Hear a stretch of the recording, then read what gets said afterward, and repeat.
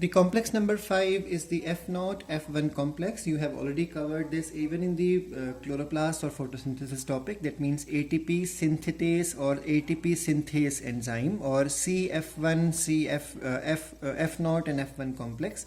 So there are two major components in the complex number 5.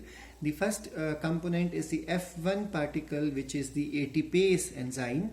And the second component is the F0 particle, which is the proton tunnel. So this is responsible for the movement of protons from higher concentration of protons to the lower concentration of protons. And when the protons move across, F1 particle is responsible for picking up the energy and causing formation or synthesis of ATP. That's why it is called as ATPase, and F0 is called as the proton tunnel.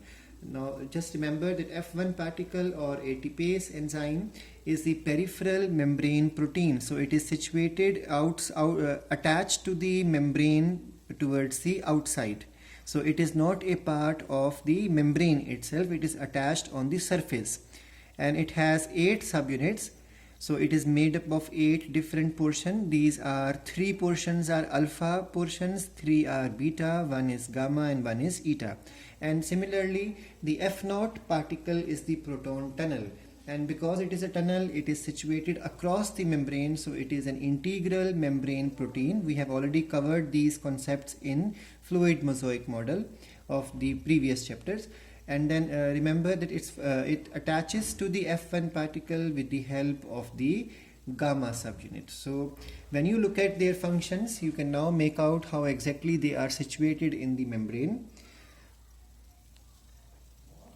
This is the intermembranal space, or you can even call it as the C side, or you can even call it as the outer space of the mitochondria. And this side is the matrix. So remember, after this space we have the outer membrane of the mitochondria. So this is the membrane of the mitochondria. You can consider it as a fluid mosaic model. So there will be a membrane which has bilayer of phospholipids, and then there are proteins attached, some inside and some on the surface. So you can see this is the complex number 5. This is F0 particle, which is the proton tunnel, and this is the F1 particle, which is the ATPase enzyme. This is peripheral and this is integral. So what we have learned so far from these complexes is this thing that now I have shown them how are they arranged in the mitochondrial membrane. This is complex number 1, which we have already covered as the NADH coenzyme Q reductase enzyme. It picks up the electrons from NADH and transfers to the ubiquinone. So you can see here, it picks up the NADH, it picks up the hydrogen from the NADH, or you can say electrons, and transfer it to the cytochrome Q, also called as the ubiquinone. Now this ubiquinone, once it is reduced, it is written like this, attaching an H to it, and now you can even call it as ubiquinol or reduced ubiquinone. Now the next one, you can see that this is the mobile carrier, so it is able to move from one place to the other place. As it moves, it now attaches to the complex number 3rd. Please remember, after first the next one is 3rd or 4th, and after 2nd the next one is 3rd and 4th. So these are the two possible ways of transport of electron. So the complex 1 will transport its electron to complex number 3rd with the help of a mobile carrier, which is coenzyme Q, and the complex number 3rd will transport its electrons to the complex number 4 with the help of another mobile carrier, which is cytochrome C. So it's easy to remember like this. Complex number 1 transports its electron to complex number 3rd through a mobile carrier, that is ubiquinone, and then 3rd will transport it to the 4th with the help of cytochrome C, and then finally the the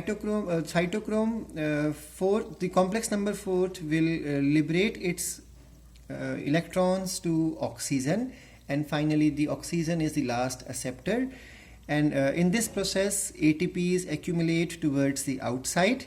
Remember, this is just opposite of chloroplast. In chloroplast, concentration of the H plus was inside the lumen. Now in this concept, it is outside the matrix, so it is outside in the outer space or intermembranal space. So a lot of H plus accumulate here, they try to move across, and then ATP is synthesized. Remember that oxygen is the final acceptor of the electron, and oxygen receives the electrons from the ETS or ETC, and oxygen also picks up 2 protons from the aqueous medium, so that a molecule of water is formed. So this is the role of oxygen in aerobic respiration. This is the final step of the aerobic respiration, in which oxygen is the final acceptor of electrons. Please remember, if the sequence used is second, third and fourth, then in that case it will you don't show any complex here, because if you remember, I have already told you the succinate dehydrogenase enzyme is situated in the membrane, and it is not shown basically in the diagram. So from here it goes straight to the coenzyme Q. So from second to third, and then from third to fourth with the help of the cytochrome C, and it will be always associated with oxygen as last acceptor, and ATP formation with the help of F0, F1 particle. So please remember that there are respiratory poisons also possible. So there are some molecules which are able to inhibit the steps of the glycolysis or step of the Krebs cycle or steps of the electron transport, and then there will be no energy formation, and the death is also possible. So fluoroacetate inhibits this formation. Arsenite dehydrogenase inhibits the conversion of the Krebs cycle. Malonate is mentioned in your biomolecules chapter, inhibits this formation. Cyanide, carbon monoxide, azides, rotenone, they all inhibit the movement of electrons from cytochrome A to cytochrome A3. Antimycin A inhibits cytochrome B to cytochrome C1 electron flow. And then there is DNP. DNP's full form is 2,4-dinitrophenol. This stops the ATP synthesis because it will cause the cytochrome Q not to transport the electron to complex number third, but straight away to oxygen, so ATP formation does not take place.